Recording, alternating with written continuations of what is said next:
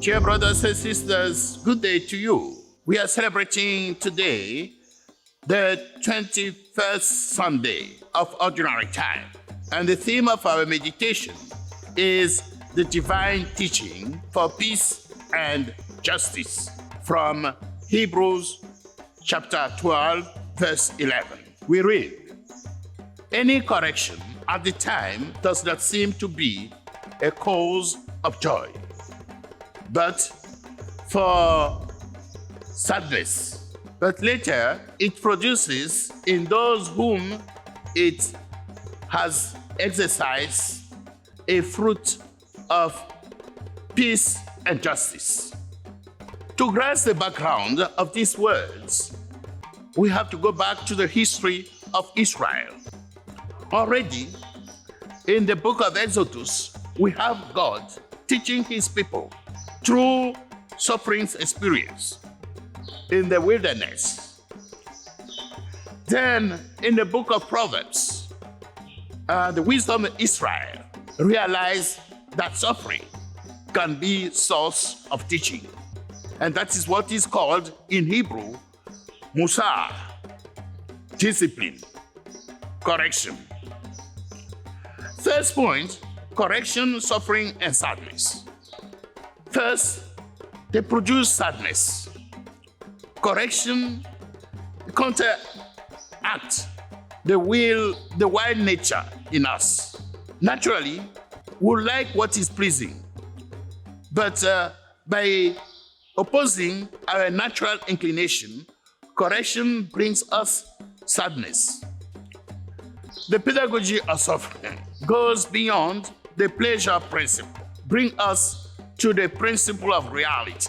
And therefore, it goes against the illusion of a culture, the dolce vita, the easy life, the nice life. Actually, there is no education without discipline, without suffering. Second point, what are the fruits of correction? Peace and justice. First, peace is like a sabbatical rest of Hebrew chapter 4, verse 9. And justice has the meaning of holiness here. That is the vocation of Christian existence. We have to be holy. Seek peace with all and sanctification, without which no one will see the Lord. Hebrew 12, verse 14. Correction has to be understood as the pain of childbirth. A pregnant woman, when she has to deliver, it is through suffering. But after the suffering, then will come joy. The joy of liberation, the joy of new life. A third and last point is the pedagogy of discipline and peace for the renewal of the world. The question is, can we have any pedagogy without pain? No. The answer is no. Let us educate ourselves and our children without inflicting unnecessary suffering. Education is the strength of any society. To educate a woman in Africa is to educate a nation.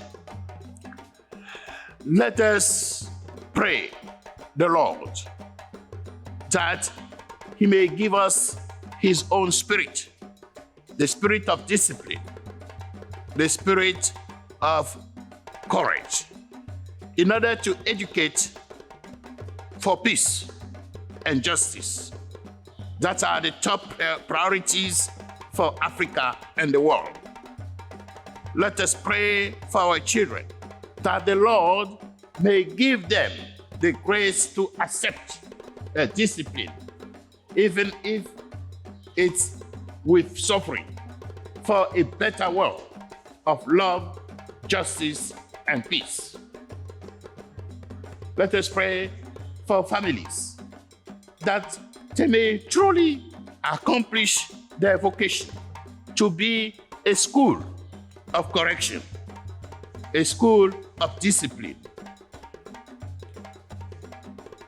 Do not forget to subscribe to this channel.